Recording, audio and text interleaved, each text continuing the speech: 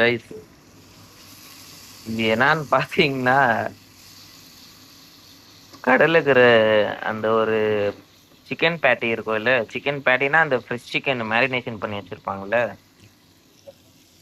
அது வந்து சின்ன சின்ன பீஸா சாப் பண்ணிட்டு ஆனியன்னு அது போட்டு ஃப்ரை பண்ணினுங்கிறேன்.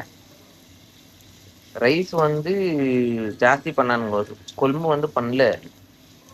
ஏன்னா இவனுங்க வந்து ஜாஸ்தி தண்ணி ஊத்துறது இல்ல, அப்படியே பண்ணானுங்க லைட்டா. இப்போ எல்லாரும் முன்னே இருந்து போட்டுன்னு போயிட்டானுங்கோ.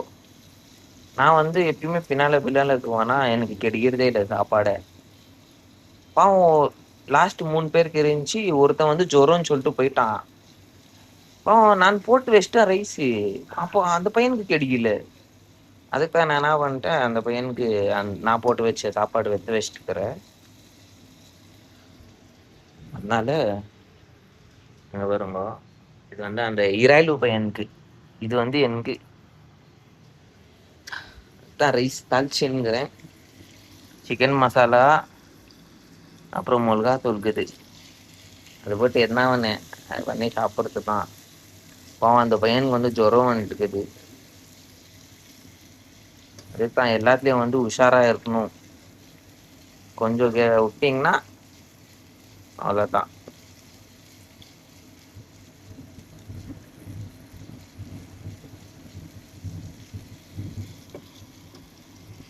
இப்போ இதுலேயே ரைஸ் போட்டு அப்படியே ஃப்ரை பண்ணிட்டு சாப்பிட்டு இன்னும் ஒரு 3 o'clock 10 minutes, இன்னும் 9 minutes இது பாக்கி.